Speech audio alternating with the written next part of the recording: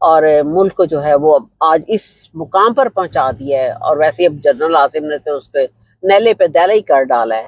تو ناظرین وہاں پر جنرل باجوہ، قمر باجوہ کا آپ کو پتہ ہی جو اس نے حرکتیں کی تھی، اور اس نے اس قدر پاکستان کا پیسہ چرایا، اب وہ بالکل بیڈ پر کہا جا رہا ہے کہ ایک مردہ لاش کی طرح پڑا ہوا ہے۔ اب اس سے کوئی پوچھے یا اس کے کوئی گھر والے سے پوچھے، یا وہ آپس میں بھی کوئی بات کرتے ہی ہوں گے، اگر کسی میں بھی چھوٹی سی بھی انسانیت ہو کہ یہ اتنا پیسہ جو ان کے پچھلی اپنی فیملی کے لیے چھوڑ کر گیا ہے، اس کے کس گیا نہیں ہے، مطلب کہ مردہ لاش پڑا تو ویسے تو بیسیکلی چلا ہی ہے، جو کہ دنیا میں ایک ایکٹیو لائف ہی نہیں گزار سکتا، اٹھ نہیں سکتا، اپنا نام بھی نہیں بتا سکتا وہ بندہ، اور وہ ایون یہ بھی نہیں بتا سکتا کہ یہ میرا فلانا بیٹا ہے یا بیٹی ہے، اس کی یہ حالت ہے۔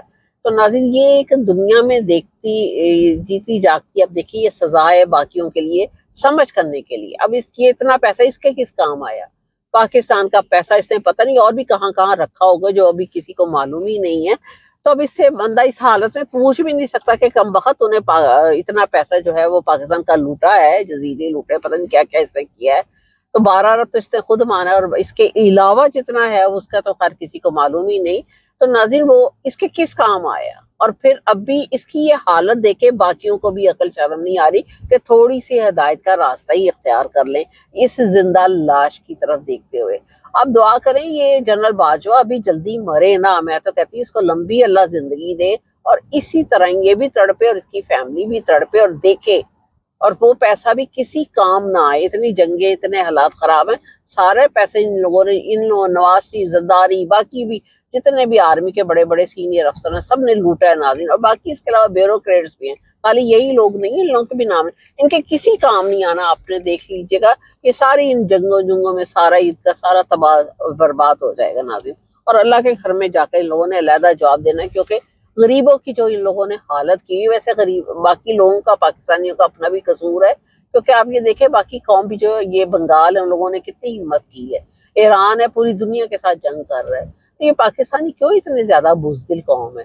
اور اس کے بعد آپ دیکھیں کہ عمران خان صاحب جو کہ اپنا ایک ان کو اچھا لیڈر ملا، اس نے اپنی لائف ختم کر لی ان لوگوں کے لیے، اپنی صحت ختم کر لی، وہ اندر بیٹھا ہوا ہے صرف ان لوگوں کی وجہ سے۔ اگر آج اس 25-26 کروڑ عوام میں سے کسی نے 2 کروڑ نے بھی ہمت کی ہوتی تو عمران خان صاحب اندر نہ ہوتے، آج اندر نہ وہ بیٹھے ہوتے، اور یہ لوگ اپنے جہاز پہ جہاز لے کے یہ پاکستان کے پیسوں کے اوپر اس طرح گھوم پھر نہ رہے ہوتے، اور ان کی آگے سے کہ جن لوگوں کا رائٹ ہی نہیں بنتا، پتہ نہیں کون کون سے اللہ ہمارے صفدر جنید اور یہ اور وہ کرلے کو لیے سارے پھر رہے جہازوں میں ناظرین، اور جو کوئی بولتا ہے اس کے اوپر سنا جا رہا ہے کہ وہ لوگ FIR درج کروا رہے ہیں۔ ان کی ضرورت ہی نہ پڑے، اگر پاکستانی قوم ہمت پڑے ان کے الٹا ان کے اوپر FIR درج ہو جائیں اگر وہاں کوئی قانون ہو، لیکن ابھی تو ان کے منہ بند کروانے کے لیے ججوں کو اور بھی مہنگی مہنگی گاڑیاں جو ہے وہ ابھی دینے لگے ہیں BMW ناظرین۔